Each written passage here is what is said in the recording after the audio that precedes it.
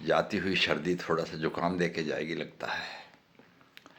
खैर, हम बात कर रहे थे कि सरकार ने थोड़ा ढीले हाथ से एक यूजीसी की कमेटी बनाई थी, जिसमें अध्यक्ष दिग्विजय सिंह थे और 14 सदस्य समाजवादी पार्टी, कांग्रेस और आम आदमी पार्टी के थे और 16 सदस्य भारतीय जनता पार्टी के थे। उसने एक रिपोर्ट बना के दी और हल्के हाथ से, गैर जिम्मेदारी से सरकार ने उसे लागू कर दिया। या तो सरकार को ये कल्पना नहीं थी कि इसका कितना विरोध होगा, या जानबूझकर 80% कथित तौर पर पिछड़े और दलित के वोट के चक्कर में सरकार मौन रही। उसके कारण काफ़ी तनावपूर्ण वातावरण बना। मैंने भी उसके खिलाफ एक वीडियो डाली थी। इस संदर्भ में मैं 1990 में बीपी सिंह के द्वारा लगाए गए मंडल की सिफारिशों को लागू करने के प्रयास के बारे में बात करना चाहता हूँ। इस संदर्भ में उस वक्त भी इस पूरे के पूरे मंडल आयोग के खिलाफ आंदोलन को पर्दे के पीछे से कांग्रेस ने कैप्चर कर लिया था। जितने छात्र गीले पानी की पट्टियां शरीर पर बांधकर ऊपर से थोड़ा तेल छिड़ककर आग लगा रहे थे और मंडल आयोग का विरोध कर रहे थे, बेसिकली सब यूथ कांग्रेस के लोग थे।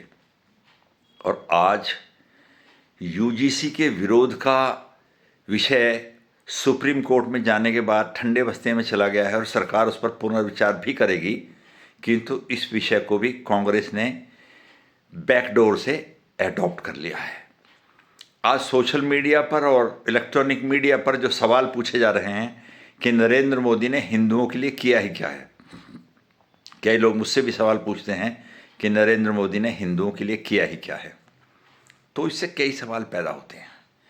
सबसे पहला सवाल तो ये पैदा होता है कि भारत में नरेंद्र मोदी के आने से 65-68 साल पहले संविधान लागू हुआ था।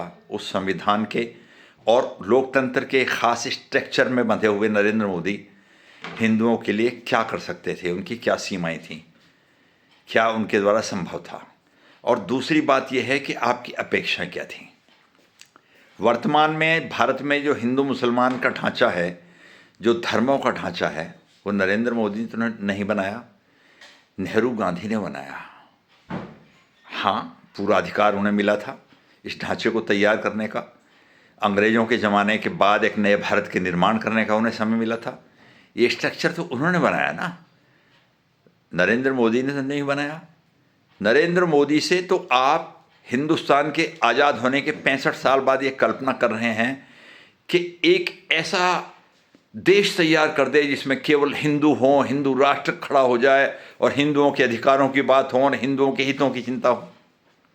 इतना सरल है क्या? आज पूरा का पूरा मंच अंतर्राष्ट्रीय मंच हो गया है। जरा जरा सी घटना पे दूसरे देश संज्ञान लेते हैं।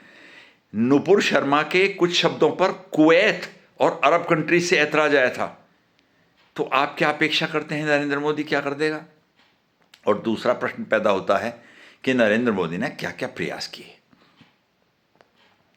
क्या आपको लगता था कि नरेंद्र मोदी की सरकार नहीं आती तो राम मंदिर कभी बन पाता? अगर सुप्रीम कोर्ट से निर्णय भी हो चुका होता, फैसला भी हो चुका होता, तो क्या अखिलेश यादव और कांग्रेस कभी राम मंदिर बनने देती? छोटे छोटे कानूनी पचड़ों में फंसाकर बरसों के लिए इस विषय को ठंडे बस्ते में डाल दिया जाता। कहीं प्लॉट का झगड़ा है, कहीं किसी ने स्टे ले लिया है, कहीं और मामला हो गया है, भूमि अधिग्रहण नहीं हो पा रही है, ऐसे मामले बनाकर आज भव्य राम मंदिर बना है। और वो अयोध्या जो राम की भूमि थी, वो एक उपेक्षित शहर के रूप में पड़ी थी। कौन अयोध्या जाता था? मैं तो अपनी ज़िंदगी में कभी गया नहीं। आज अयोध्या का पूरा स्ट्रक्चर बदल गया है।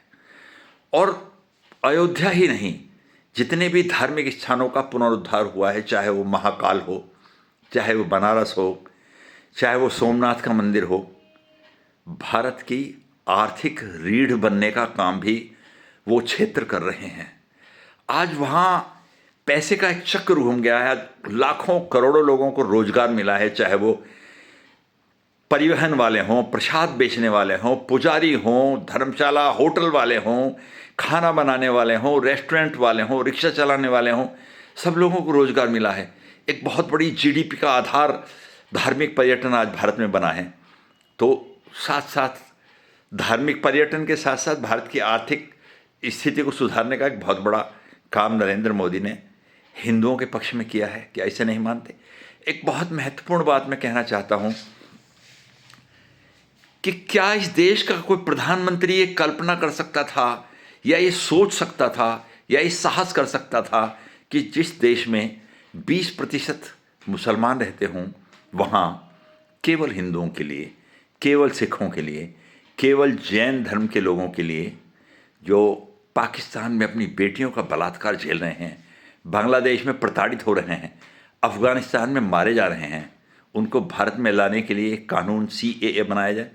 और ये वो कांग्रेसी हैं जो आज सवाल पूछ रहे हैं कि नरेंद्र मोदी ने हिंदुओं के लिए क्या किया। इन्होंने CAA का विरोध किया, पूरे देश में विरोध किया, आंदोलन किए, चाहे वो दिल्ली में शाहीन बाग का मामला हो या लखनऊ का मामला हो, पूरे देश में इन्होंने आंदोलन किए कि पाकिस्तान, अफगानिस्तान और बांग्लादेश में प्रताड़ित हो रहे अपनी बेटियों को बलात्कार और जबरन धर्म परिवर्तन झेल रहे हिंदुओं को भारत में आने का मार्ग प्रशस्त न किया जाए। आज तुम पूछते हो कि नरेंद्र मोदी ने हिंदुओं के लिए क्या किया, और वो जम्मू कश्मीर की एक धारा 35A और जम्मू कश्मीर की 370, आप जानते हैं हिंदुस्तान के आज़ाद होने के 70 साल बाद, हिंदुस्तान के आज़ाद होने के 70 साल बाद जम्मू कश्मीर के वाल्मीकि को ऊंची शिक्षण संस्थाओं में पढ़ने का और ऊंची नौकरियां प्राप्त करने का अधिकार नहीं था। आपको पता भी नहीं होगा, याद भी नहीं होगा। नरेंद्र मोदी ने अब जो वहाँ से हिंदू मुसलमानों के द्वारा भगा दिए गए, उन्हें पुनर्स्थापित करना तो सरल है नहीं, कोई जाने को तैयार नहीं होगा। आपसे कह दिया जाए आप अपने परिवार को लेकर जम्मू कश्मीर में जाकर बस जाओ, तो बस जाओगे क्या? अगर 100 परिवार बस गए तो वो एक परिवार को मार देंगे, बाकी 99 भाग आएंगे अपने आप वहाँ से। मगर 370 हटाकर उन दलितों का, जिनको बड़ी नौकरियों में स्थान पाने का अधिकार नहीं था, उनके गौरव का सम्मान नरेंद्र मोदी ने किया है। आखिर वर्तमान संविधान के ढांचे में कोई प्रधानमंत्री, और अब तो इस बार खैर बहुमत भी कम है, अटल बिहारी वाजपेयी की सरकार थी तो जरा से मामले में कहीं ममता बनर्जी, कहीं जयललिता, कहीं चंद्रबाबू नायडू उन पर अड़ंगा अड़ा देते थे। अब आज की स्थिति में मोदी सरकार चंद्रबाबू नायडू और नीतीश कुमार पर निर्भर है। मगर मैं आपसे सवाल पूछता हूं अंत में कि नरेंद्र मोदी हिंदुओं के लिए इससे बेहतर क्या कर सकते हैं? चलो एक विश्लेषण करते हैं, एक बहस करते हैं। आप बताइए कि नरेंद्र मोदी हिंदुओं के लिए इससे बेहतर क्या कर सकते हैं, क्या करना संभव है? नमस्कार।